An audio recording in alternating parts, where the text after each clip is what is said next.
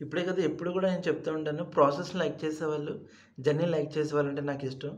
ఆ ప్రాసెస్‌లో మనకు సపోర్ట్‌గా ఉన్నవాళ్ళంటే నాకిష్టం. వాళ్ళని నేను ఎక్కువ గుర్తుపెట్టుకుంటాను అని చాలా సార్లు చెప్పాను. ఈవెన్ నా వీడియోస్ కూడా అన్నీ అట్లానే ఉంటాయి.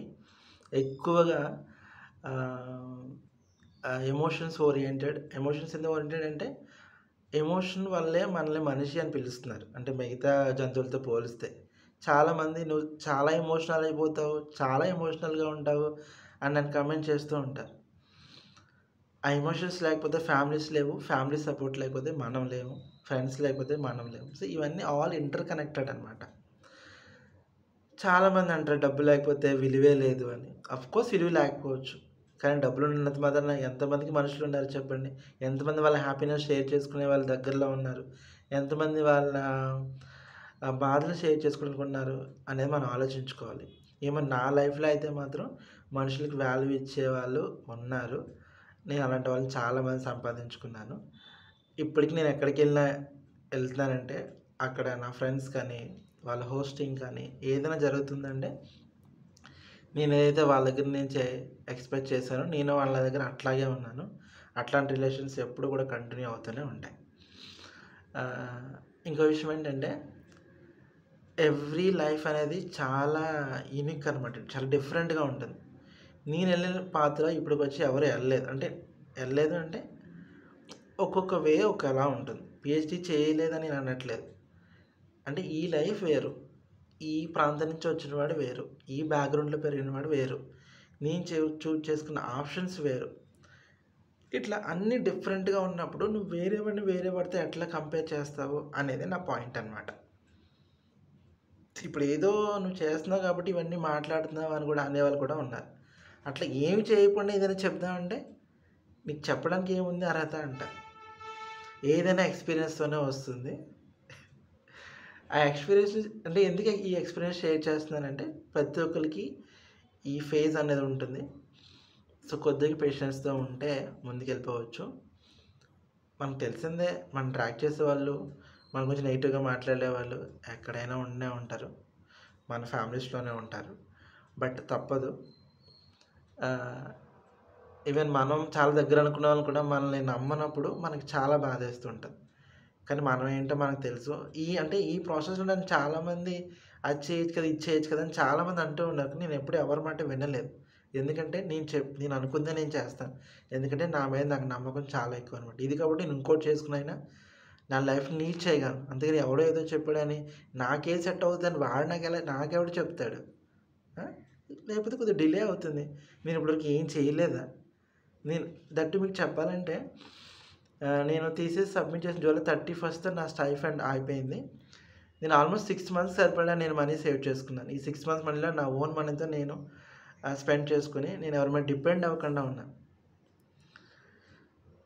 అంటే ఇట్లా చేసుకున్న వాళ్ళ దగ్గర కూడా మాటలనే వాళ్ళు ఉండే ఉంటారు. బట్ అలాగని ఎవడు మనకు ఒక రూపాయి పెట్టేవాడు ఉండడు. నువ్వేం చేస్తున్నావు అని అడిగేవాడు ఉండడు. నీకు హెల్ప్ కావాలని అడిగేవాళ్ళు కూడా ఉండరు. కానీ క్వెషన్స్ అయితే మాత్రం రైజ్ చేస్తూ ఉంటారు. అట్లని అందరూ ఉంటారని అనట్లేదు. ఆహ్, చెప్తున్నాం గదా! ఒక కాయిన్‌కి అటు ఇటు ఉన్నట్టుగానే ఆ జనాలందరిని పక్కన పెట్టేస్తే చాలామంది సపోర్ట్ చేశారు కాబట్టి నేను చాలా హ్యాపీగా నా లైఫ్‌ని లీడ్ చేయగలిగాను. అలాగే ఈ ప్రాసెస్‌లో నేను ప్రతిరోజు వాకింగ్‌కెళ్ళేవాడినమాట బెంగుళూరులో ఉన్నప్పుడు కానీ ఎక్కువ పార్క్‌లో టైమ్ స్పెండ్ చేసేవాడిననమాట. వీడియోస్ కూడా నేను ఎక్కువ పెట్టేవాడిని కాదు. ఉన్న వీడియోస్‌ని షార్ట్స్ పెట్టేవాడిని. అది కూడా నేను కొత్త ఆప్షన్ నేర్చుకున్నాను యూట్యూబ్‌లో. రీమిక్స్ ఎలా చేయాలి అనేది. సో, ప్రతీది కూడా ఈ లైఫ్‌లో ఈ ఫేజ్‌లో మాత్రం కొత్త కొత్త విషయాలైతే నేర్చుకున్నాను. ముఖ్యంగా మనుషులకు స్వభావాలు బాగా అర్థమైందనమాట. సో, మొత్తానికి అట్లా జరిగిపోయింది. ఇప్పుడు మళ్ళీ మనం చాలా బిజీ లైఫ్‌లోకెళ్ళిపోతున్నాము. ఒక పక్క డిఫెన్స్ కోసం ప్రిపేర్ అవుతూ ఉండాలి. ఒక పక్క ఇక్కడ క్లాసెస్ తీసుకోవాలి.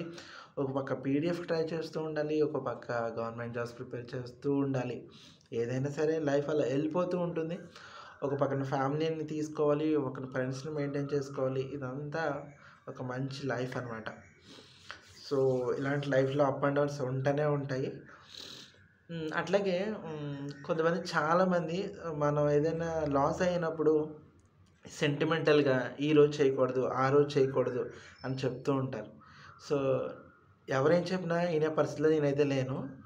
నేను ఎప్పుడైతే ఒక కార్యక్రమాన్ని స్టార్ట్ చేస్తానో అదే నాకు మంచి రోజు. ఎందుకంటే నేను మనస్ఫూర్తిగా స్టార్ట్ చేస్తాను కాబట్టి. తప్పకుండా దేవుళ్ళు మనతోనే ఉంటారు. మీరు చూసారో లేదో నేను యూట్యూబ్‌లో దసరాకి ఒక పోస్ట్ పెట్టాను.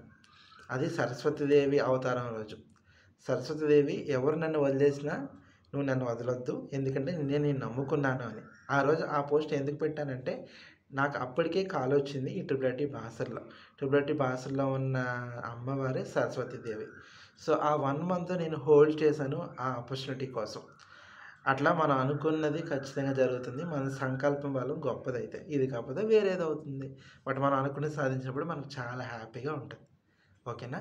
ఇలాంటి ఎక్స్‌పీరియన్సెసు, ఇలాంటి ఫేజ్‌లో మీరున్నప్పుడు తప్పకుండా మీకు ఒక మంచి మాటలైతే అవసరం మీకు. సపోర్ట్ ఇచ్చేవాళ్ళు చాలా అవసరం. అలాంటి సపోర్ట్‌గా ఉండే వాళ్ళని మంచి ఫ్రెండ్స్‌ని, మంచి మనుషుల్ని తయారు చేసుకున్నట్లంటే మీరు విజయాన్ని సాధించినట్లే. విజయం సాధించడం ఏముందండి? చెప్తారు గదా! Success is not a destination అని. ఐ మీన్ ఇదొక ప్రాసెసే అని. అట్లాగా ఒకసారి ఉంటుంది. ఒకసారి అప్, ఒకసారి డౌన్ అవుద్ది. ఇవన్నీ కామనే అనమాట. So, life has to move right. అట్లా వెళ్ళిపోతూ ఉండాలి. సో, ఇదనమాట. సో, ఇంకా మనం మంచి విషయాలు ఏమన్నా ఉంటే మాట్లాడుకుందాం. మీకేమైనా చెప్పాలనుకుంటే చెప్పండి. అందరూ హ్యాపీగా ఉండండి. హ్యాపీగా ఉంచండి. ఓకేనా? బాయ్.